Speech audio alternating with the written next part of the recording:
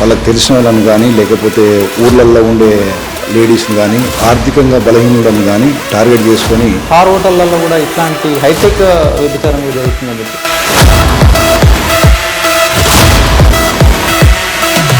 నమస్తే, welcome to Suman TV.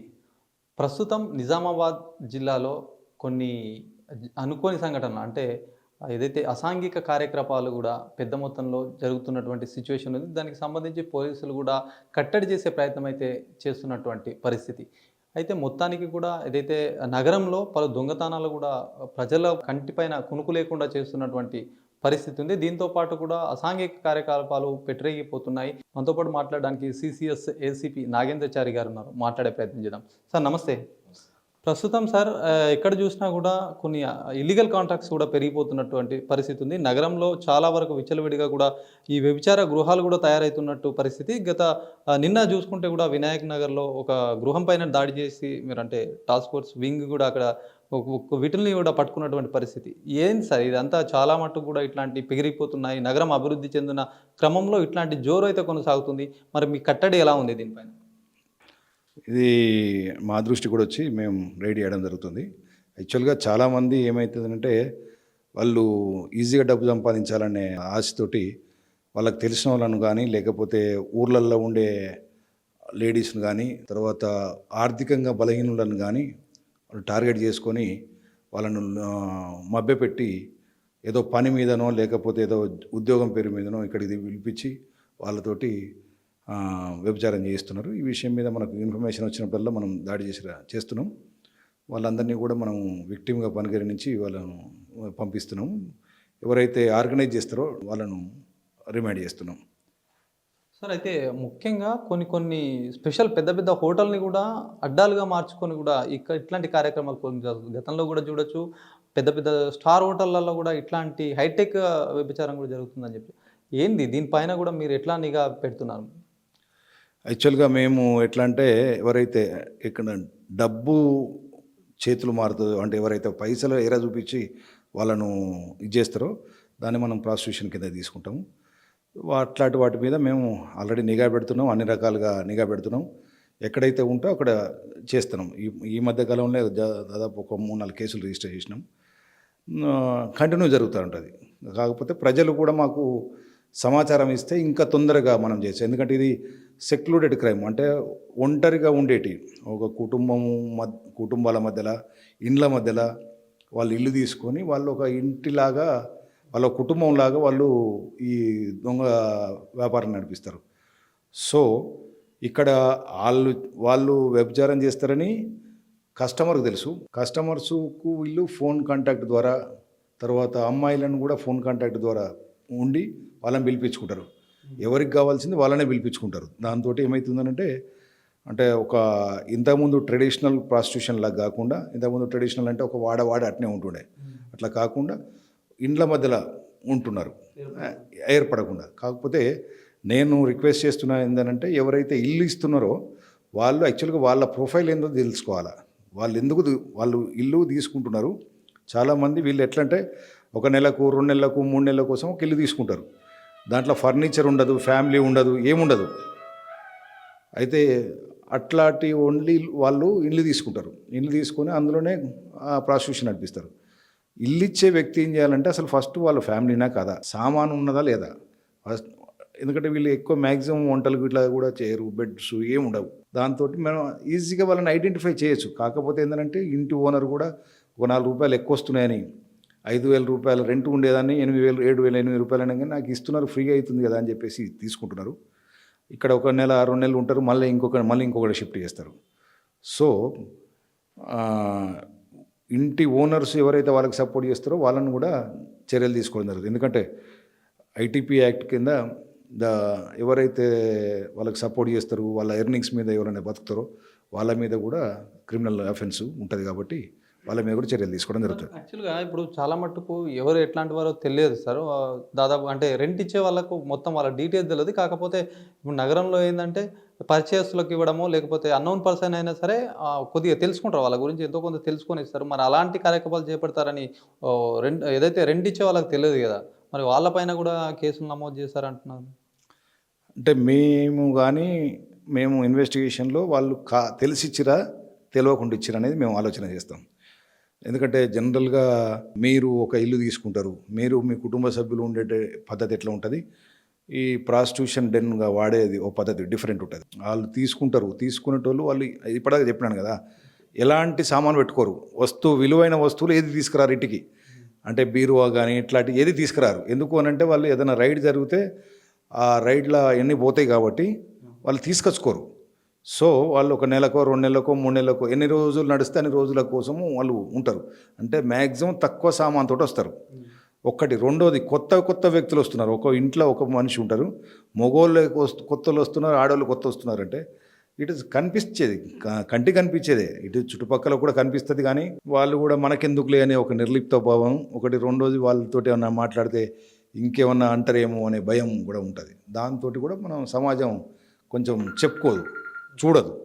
So ప్రజలు కూడా మనం ఏం చేయాలంటే అట్లాంటిది ఏమైనా అసాంఘిక సంఘటన జరిగినప్పుడు 100 డైల్ చేస్తే పోలీసు వచ్చి చెక్ చేస్తారు. ఎప్పుడు ఏదైనా సంఘటన జరిగినప్పుడు 100 డైల్ చేయండి. 100 డైల్ చేస్తే పోలీసు వచ్చి చెక్ చేయడము. ఒకవేళ మన లేదు తప్పైంది అనుకో, ఓకే మేము పక్క జరుగుతాం. ఒరిజినల్ అయిందనుకో జరుగుతుంది. కాకపోతే ఏంటంటే ఇట్లాంటి వాటిని అలౌ చేయడం ద్వారా వీళ్ళకు సంబంధించిన వ్యక్తులు, వీళ్ళకు సంబంధించిన పరిచయస్తులను, ఈ పరిచయస్తుల ద్వారా ఇంకో పరిచయస్తుల ద్వారా ఆర్థికంగా పేదలను, గ్రామ స్థాయిలో ఉండే పేదలను ఐడెంటిఫై చేసి వాళ్ళతోటి పరిచయాలు పెంచుకొని వాళ్ళకు డబ్బులు చూపించి వాళ్ళని తీసుకొచ్చుకుంటారు. సో దాంతో ఏమవుతుందంటే ఇక్కడ కొంతకాలం ప్రాస్టిట్యూషన్ నడుస్తుంది, కానీ ఈ నెక్స్ట్ వాళ్ళ ఫ్యామిలీస్కు దూరం అవుతుంది. అంటే ఇప్పుడు ఎన్ని రోజులు దాగదు కదా. ఏదైనా ఇప్పుడు ప్రాస్టిట్యూషన్ ఊర్ల నుంచో లేకపోతే ఎక్కడి నుంచో సిటీకి వచ్చి చేస్తే ఆమెకు ఒక కుటుంబం ఉంటుంది. ఆమె కుటుంబం ఉన్నప్పుడు ఏం అవుతుంది, ఇక్కడ ప్రాస్టిట్యూషన్ను కొన్ని రోజులు నడుస్తుంది, కొన్ని రోజులు పైసలు సంపాదించుకోగలుగుతుంది. కానీ అది ఎప్పుడన్నా బయటపడ్డప్పుడు ఆమెకు ఒక కుటుంబం విచ్ఛిన్నం అవుతుంది. అంటే ఆమె భర్త కానీ పిల్లలు కానీ ఆమెను వెలివేసే అవకాశం ఉంటుంది, దూరం జరిగే అవకాశం ఉంటుంది. సో కొంత పైసల కోసము వాళ్ళు మొత్తం జీవితాన్ని నాశనం చేసుకోవద్దని నేను కూడా రిక్వెస్ట్ చేస్తున్నాను. రైట్. ఇట్లాంటి క్రమంలో కూడా ఏదైతే అంటే చదువుకునే అమ్మాయిని సైతం కూడా ఈ కోవిలోకి పిలుస్తున్నట్టు అంటే దాంట్లో ఇన్వాల్వ్ చేసేటటువంటి పరిస్థితి ఉందంటారా? మరి ఇది చదువుకునే అమ్మాయిలు అని చెప్పలేము, కానీ ఒకవేళ మైనర్స్ అయితేనో మాకు దృష్టికి వస్తే వాళ్ళ మీద సీరియస్ ఉంటుంది. మేజర్ అయితే మాత్రం వాళ్ళను అంటే వాళ్ళు డబ్బులకు వస్తున్నారా లేకపోతే అనేది చూడాల్సి వస్తుంది. ఏదైనా కూడా నిర్వాహకుల మీద మాత్రం 100% కేసు రిజిస్టర్ చేసి వాళ్ళ మీద నిఘా పెట్టడం జరుగుతుంది. ఇప్పుడు కూడా కంటిన్యూస్గా ఇప్పటివరకు జరిగిన అన్ని కేసులను కూడా ఒకసారి రికార్డు తీస్తున్నాం. ఆ రికార్డు తీసి వాళ్ళు ఏం చేస్తున్నారు అనేది కూడా మళ్ళీ ఒకసారి పరిశీలన చేసి, ఎందుకంటే ఇదంతా ఎప్పుడు వాళ్ళు పాతోళ్ళే చేస్తూ ఉంటారు. ఈ నిర్వహణ చేయాలంటే ఒకటే రోజు అయ్యేది కాదు. వాళ్ళకు పరిచయాలు వాళ్ళు వ్యభిచారం చేస్తున్నారని అవతల వాళ్ళకి తెలవాలి. తెలిసిన తర్వాత వాళ్ళు అమ్మాయిలను ప్రొక్యూర్ చేసుకోవాలి. అమ్మాయిలను ప్రొక్యూర్ చేసుకుంటారనే విషయం విటులకు తెలవాలి. ఇదంతా ఒక్క రోజులు అయ్యే వ్యవహారం కాదు, కొన్ని రోజుల నుంచి వీళ్ళని నడుస్తూ ఉంటుంది. ఒకరి నుంచి ఒకరికి ఒక చైన్ సిస్టమ్ లాగా. సో కాబట్టి మ్యాక్సిమం పాతోళ్ళు ఉంటూనే ఉంటారు ఎప్పటికీ. ఇప్పుడు మేమేమనుకుంటున్నామంటే పాతోళ్ళ లిస్ట్ కూడా తీసుకొని పాతోళ్ళను కూడా రెగ్యులర్గా చెక్ చేయడం ద్వారా ఇది కొంత అరికట్టవచ్చు.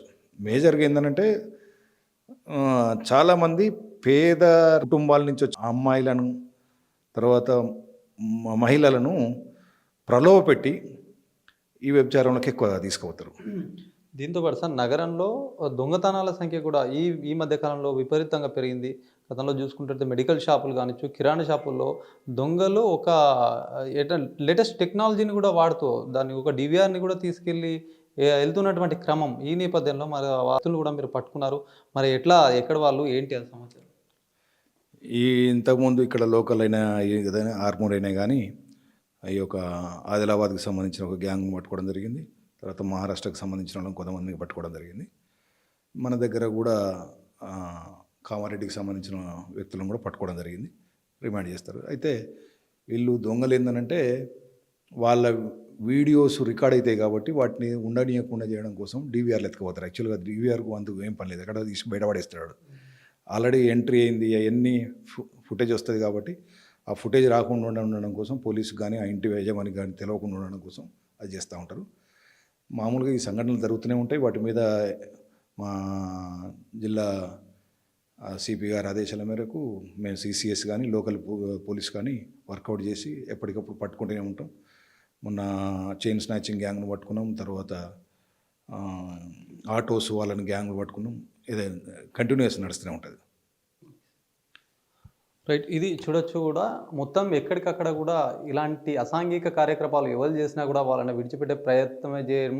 ఖచ్చితంగా ఎవరున్నా కూడా వాళ్ళ పైన కేసులు బనాయించి కూడా లోపల దోస్తామని చెప్తున్నారు. ఎందుకంటే ఈ నగరంలో విచ్చలవిడిగా కూడా దొంగతనాలు జరుగుతున్నాయి. ఎక్కడ గ్యాంగ్ ఉన్నా సరే వాళ్ళకి సంబంధించిన ఏదైనా సరే ఖచ్చితంగా వాళ్ళని తీసుకొని ఇమ్మీడియట్లీగా కూడా ఇలాంటి సంఘటన మరొకసారి జరగకుండా కూడా చర్యలు చేపడతామని కూడా ఏసీపీ చెప్తున్నటువంటి పరిస్థితి.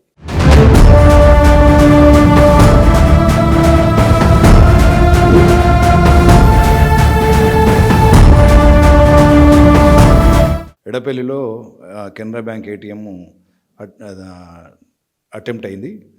వాళ్ళు ఒక ఓమ్ని వ్యాన్లో వచ్చి అటెంప్ట్ చేయడానికి ట్రై చేశారు. ఈ లోపల పోలీసు పెట్రోలింగ్ చూసి పారిపోవడం జరిగింది. దాని మీద దర్యాప్తు చేస్తున్నాం. ఇది మా వేరే రాష్ట్రం సంబంధించిన గ్యాంగ్ అయి ఉంటుంది అనుకుంటున్నాం. దాని మీద మళ్ళీ వర్కౌట్ చేస్తున్నాం. ఇది కాక ఈ మధ్యకాలంలో కానీ ఎప్పుడైనా కూడా ప్రతి కాడ అంటే రైతులను లేకపోతే కొంచెం పెద్ద మనుషులను ఏజ్డ్ పర్సన్స్ను టార్గెట్ చేస్తూ కొంతమంది ఏటీఎంల దగ్గర ఒకళ్ళు ఇద్దరు ముగ్గురు వెయిట్ చేస్తూ ఉంటారు, తచ్చాడుతూ ఉంటారు. ఊరికే డబ్బులు తీసుకోవడం కోసం వచ్చినట్టు ఓవలు వస్తూ ఉంటారు. ఒకళ్ళు వచ్చి వాళ్ళు ముంగట వ్యక్తిని చూసి ఆయన పెన్ను అవన్నీ చేసే క్రమంలో కొంచెం తడబడి పడుతుంటే అతనికి సాయం చేసిన పేరు మీద అతని పిన్ నెంబరు అక్కడ చూడడం ద్వారా గ్రాస్ప్ చేసుకొని అతనికి మళ్ళీ పైసలు వస్తలేవని చెప్పేసి రాంగ్ పిన్ కొట్టి తర్వాత నెక్స్ట్ టైం ఆయన కార్డు లాగా ఇంకో కార్డు ఇచ్చేస్తాడు. ఇంకో కార్డు ఇచ్చేసి ఆయన వెళ్ళిపోగానే దీంట్లో నుంచి పైసలు తీసేసుకుంటారు. ఇది అటెన్షన్ డైవర్షన్ అంటారు. కాబట్టి ఎప్పుడు కూడా బ్యాంకుకు పోయినప్పుడు మీకు కానీ మీ కుటుంబ సభ్యులకు కానీ చెప్పండి, ఎప్పుడు కూడా ఎవరిని సహాయం తీసుకోవద్దు. ఫస్ట్ మీకు వస్తే చేయండి, లేదు అని అంటే బ్యాంక్ ఆఫీసర్ల సహాయం తీసుకోండి. రెండోది ఏంటంటే ఎవరిని కూడా ఏటీఎం పిన్ను ఇవ్వద్దు, ఏటీఎం ట్రాన్సాక్షన్ చేయడం కోసం అలౌ చేయొద్దు. మూడో వ్యక్తిని అసలు అలౌ చేయొద్దు. అసలు చాలామంది ఏంటంటే ఇట్లా పిన్ను కొట్టేటప్పుడు ఇట్లా చేయడం పెట్టుకోవాలి. చేయడం పెట్టుకోవడం ద్వారా అవతలకు ఎన్నుకున్న వాళ్ళకి కనిపించదు. చాలామంది పిల్లలైతే ఇట్లా చేయడం పెడతారు, చదువుకున్న పిల్లలు. పెద్ద మనుషులకు తెలియక ఇట్లా చేస్తున్నారు. కాబట్టి నేను రిక్వెస్ట్ చేసి చెప్తున్నా, ఎవరు కూడా ఎవరిని అంటే మీ పైసలు మీ బ్యాంకులో ఉన్న పైసలు మీ వాటిని దొంగతనం చేయడం కోసము వాటిని తీసుకోవడం కోసం చాలామంది వ్యక్తులు చూస్తున్నారు.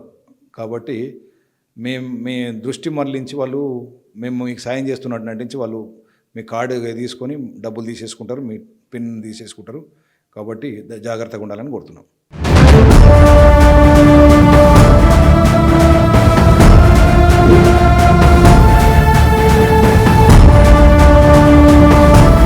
కెమెరా పర్సన్ సందీప్తో శ్రీనివాస్, సుమన్ టీవీ, నిజామాబాద్.